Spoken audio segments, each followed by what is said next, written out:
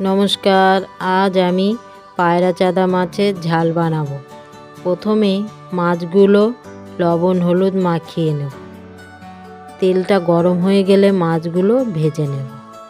তারপরে ওই তেলে পাঁচফোড়ন দিয়ে নাড়াচাড়া করে পেঁয়াজ আদা কাঁচা লঙ্কা জিরে সর্ষে একসাথে বাটা মশলা দিয়ে হলুদ গুঁড়ো লঙ্কা গুঁড়ো দিয়ে মশলা ভালো করে কষিয়ে নেব।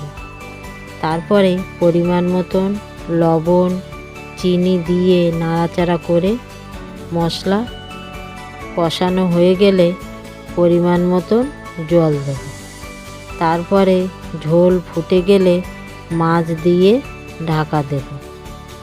তারপরে ঝোল কষে এলে গরম মশলা দিয়ে নাড়াচাড়া করে নামিয়ে